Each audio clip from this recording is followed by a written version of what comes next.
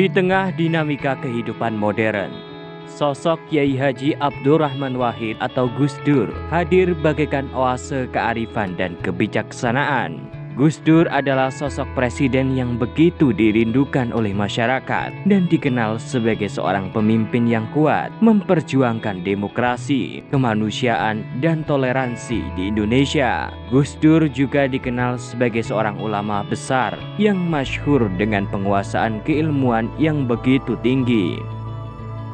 Tumbuh dan besar di lingkungan pesantren Jombang membuat pengetahuan dan wawasan Gus Dur mendunia. Sudah banyak sekali negara telah dikunjunginya, bahkan pemimpin-pemimpin dunia semasa beliau menjabat mengakui kehebatan sosok Gus Dur. Sebagai seorang guru bangsa, Kiai Haji Abdurrahman Wahid telah meninggalkan banyak warisan berharga, baik keilmuan, karya, maupun jasa besarnya terhadap Indonesia. Gus Dur tak hanya dikenang sebagai pemimpin yang toleran dan pluralis, tetapi juga sebagai figur yang humoris dan penuh cerita. Banyak perkataan Gus Dur yang kadang nyeleneh dan sering dianggap candaan.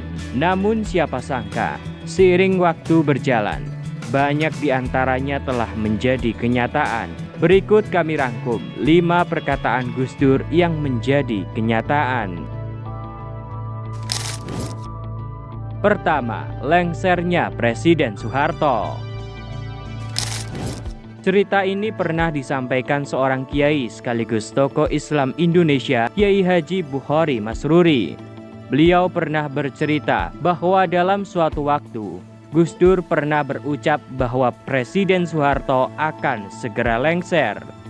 Saat itu Kiai Haji Bukhari Masruri tengah duduk dan berdiskusi bersama Gus Dur dengan sejumlah pengurus NU Yogyakarta untuk membahas sejumlah kondisi negeri. Namun beberapa saat setelahnya, Gus Dur menyatakan sesuatu dalam bahasa Jawa. Wis rau usang rembug kuwi, Pak Harto sedelok maning jatuh. Apabila diterjemahkan ke dalam bahasa Indonesia, sudah tidak usah bicara itu, sebentar lagi Pak Harto jatuh. Kala itu Kiai Bukhari bersama beberapa yang hadir tak mempercayai perkataan Gus Dur.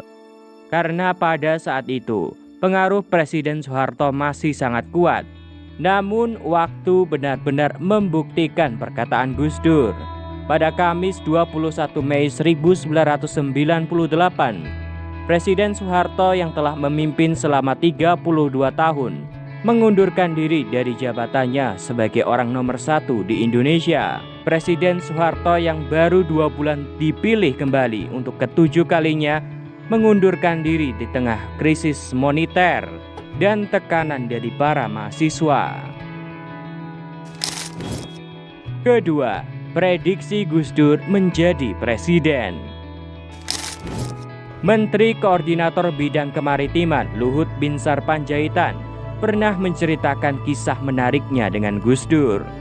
Saat itu, lewat sambungan telepon, Luhut menerima panggilan dari Gus Dur sesaat sebelum dirinya berangkat ke luar negeri untuk menjadi duta besar. Gus Dur mengatakan jika Luhut tak perlu berangkat jadi duta besar, karena sebentar lagi Gus Dur akan jadi presiden. Luhut yang mendengar itu merasa tak yakin dan mempercayai perkataan Gus Dur. Luhut hanya mengiyakan saja perkataannya dan dirinya tetap terbang menjadi duta besar. Namun beberapa bulan selanjutnya, perkataan Gus Dur menjadi kenyataan. Luhut begitu terkejut melihat nama Gus Dur berada di antara kandidat calon presiden di pemilu 1999. Hingga akhirnya pada sidang MPR, Kiai Haji Abdurrahman Wahid memperoleh suara terbanyak dan ditetapkan sebagai Presiden keempat Republik Indonesia. Ketiga, Jokowi jadi presiden. Pada tanggal 8 Agustus 2006, Gus Dur yang saat itu sedang ada agenda lalu mampir ke rumah dinas wali kota Solo yang saat itu masih dijabat oleh wali kota Joko Widodo. Kala itu Jokowi baru 6 bulan menjabat sebagai wali kota. Lalu pada kesempatan itu, Gus Dur berkata, "Siapapun yang dikehendaki rakyat termasuk Pak Jokowi ini, kalau dia jadi wali kota yang baik juga bisa jadi presiden." Saat itu Jokowi hanya tersenyum menanggapinya. Seiring waktu, perkataan Gus Dur menjadi nyata 8 tahun kemudian. Saat nama Jokowi masuk calon presiden didampingi Yusuf Kala pada pemilihan presiden 2014, Presiden Jokowi terpilih. Bahkan saat ini telah memasuki periode keduanya. Tidak hanya Presiden Jokowi, beberapa tokoh lainnya juga pernah dibahas oleh Gus Dur. Seperti Kiai Haji Akil Sirot, juga pernah diprediksi Gus Dur menjadi ketua PBNU di usia 55 tahun dan terbukti nyata. Basuki Cahayapurnama atau Ahok juga pernah diprediksi Gus Dur menjadi seorang gubernur dan prediksinya kembali terwujud. Termasuk ajudannya sendiri bernama Pak Sutarman yang kemudian benar-benar dilantik menjadi seorang Kapolri pada masa pemerintahan Presiden Susilo Bambang Yudhoyono. Keempat, pembubaran Departemen Sosial di masa pemerintahan Presiden Gus Dur. Berdasarkan catatan dari Verdika Rizky Utama dalam buku Menjerat Gus Dur 2020, Gus Dur menyatakan pembubaran Departemen Sosial didasarkan pada sudah tidak bisa lagi dilakukan reformasi, sehingga pembubaran menjadi langkah terbaik. Pada sebuah wawancara bersama Andi Noya di Metro TV pada 2008 silam, Gus Dur menyebut kalau koruptor di Departemen Sosial sudah begitu banyak dan mampu menguasai seisi kantor. Persisnya, karena departemen itu yang mestinya mengayomi rakyat ternyata korupsinya gede-gedean sampai hari ini, kata Gus Dur sambil tangannya memukul kursi saat menjawab pertanyaan Andi Noya. Andi Noya kemudian mengajukan pertanyaan kembali dengan logika.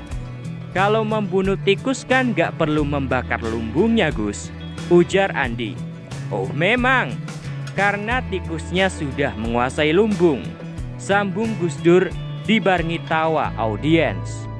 Perkataan Gus Dur itu ibarat tanda bahwa korupsi besar-besaran dalam tubuh Departemen Sosial pada waktu itu masih belum terbantahkan hingga saat ini.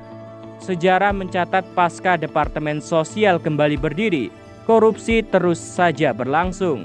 Pada tahun 2010, Bahtiar Kamsyah yang saat itu menjabat sebagai menteri di Departemen Sosial ditetapkan sebagai tersangka kasus korupsi pengadaan mesin jahit dan impor sapi. Ia divonis bersalah oleh Majelis Hakim Pengadilan Tipikor Jakarta dan dihukum 1 tahun 8 bulan penjara.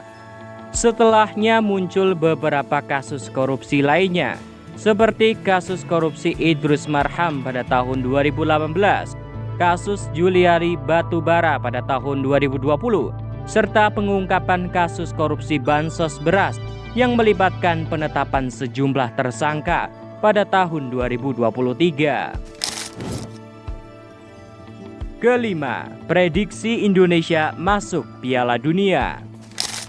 Perkataan Gus Dur yang satu ini memang mungkin saja dipatahkan suatu hari nanti. Dikutip dari NU Online, Gus Dur ternyata pernah ditanya tentang kemungkinan Indonesia masuk Piala Dunia. "Gus, kira-kira kapan ya Indonesia bisa masuk Piala Dunia?" "Masih lama," kata Gus Dur sembari memalingkan muka. "Sampai kapan, Gus?" "Wah, masih lama." "Berapa tahun lagi, Gus? 20 tahun lagi?" "Ya, lama sekali. Pokoknya masih lama," terang Gus Dur. Demikianlah 5 perkataan Gus Dur yang menjadi kenyataan. Semoga membawa hikmah dan manfaat. Semoga membawa hikmah dan manfaat untuk kita semua.